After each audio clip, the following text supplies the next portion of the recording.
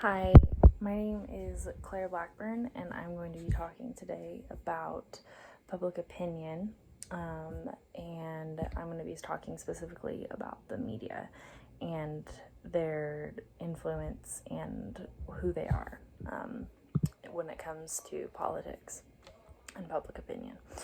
And so the media is allowed to say their opinions and thoughts publicly because of the First Amendment, which allows for the freedom of speech as well as the freedom of religion. The press has the freedom to state what they believe and to be important news and circulate that news in both digital and in print, and without the government censoring everything that they say. The founders cared about these rights because they knew that under British rule, that criticizing the king was punishable by law, and that this was not the kind of government that they wanted to have in the United States with their freedom. So there are three main roles that the media serve in American democracy, which include helping inform the public about what is currently going on politically, provide a forum that allows candidates and the public to debate over issues and policies, and also act like a watchdog on the actions of politicians and other politics. The media is there to also inform the public and they involve providing different perspectives on current issues that are taking place. So journalists and television and social media all allow for the freedom of speech and ideas that are being spoken out about political leaders in this country. And staying informed with what is going on in the country is run by the media mostly, and allows for there to be a more fluid ability to learn about the government.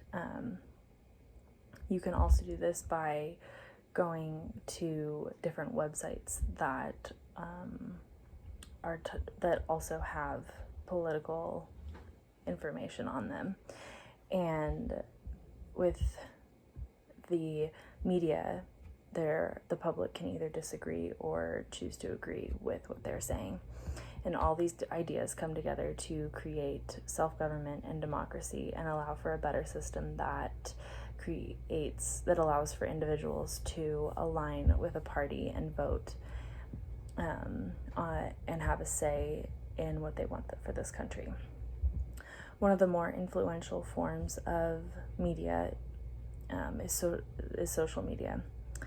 It is the most widespread way for people to obtain information, whether or not it is factual or from a trusted source. People in today's society turn to social media for most forms of information regarding media and political issues and what is currently going on in this country. According to the book, televised news has been declining as a news platform, while the internet has become increasingly popular and continues to rise in popularity. This is due to the fact that people are on their smartphones and their computers, and that the internet is very readily available for the people than ever before.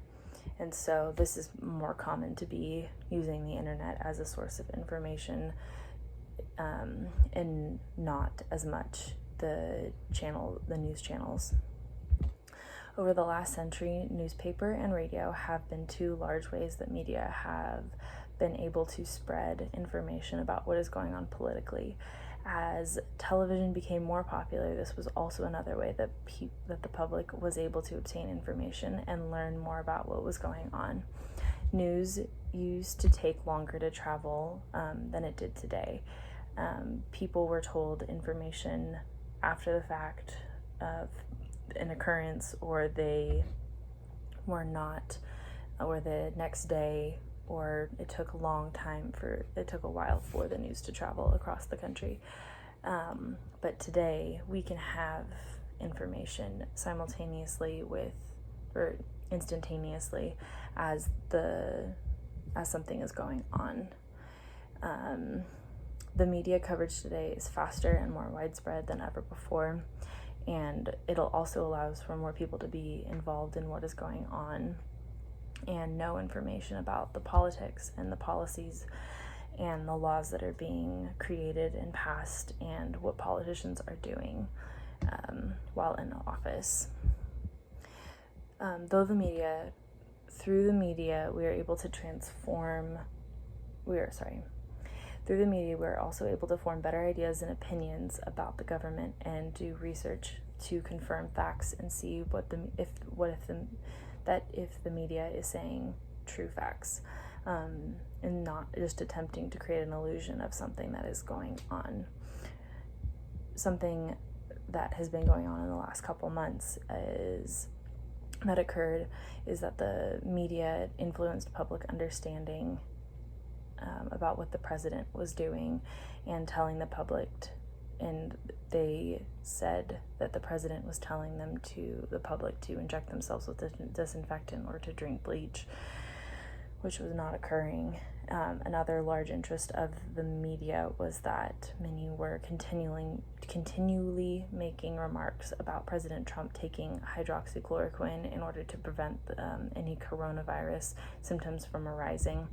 And these two different points were largely scrutinized by the media, and they did not appear to be concerned about the president's health and happy that he was taking precautions, but rather they appeared to be upset that he was saying that he was taking these prescriptions and making statements about disinfectants and bleach as ways to counteract the virus.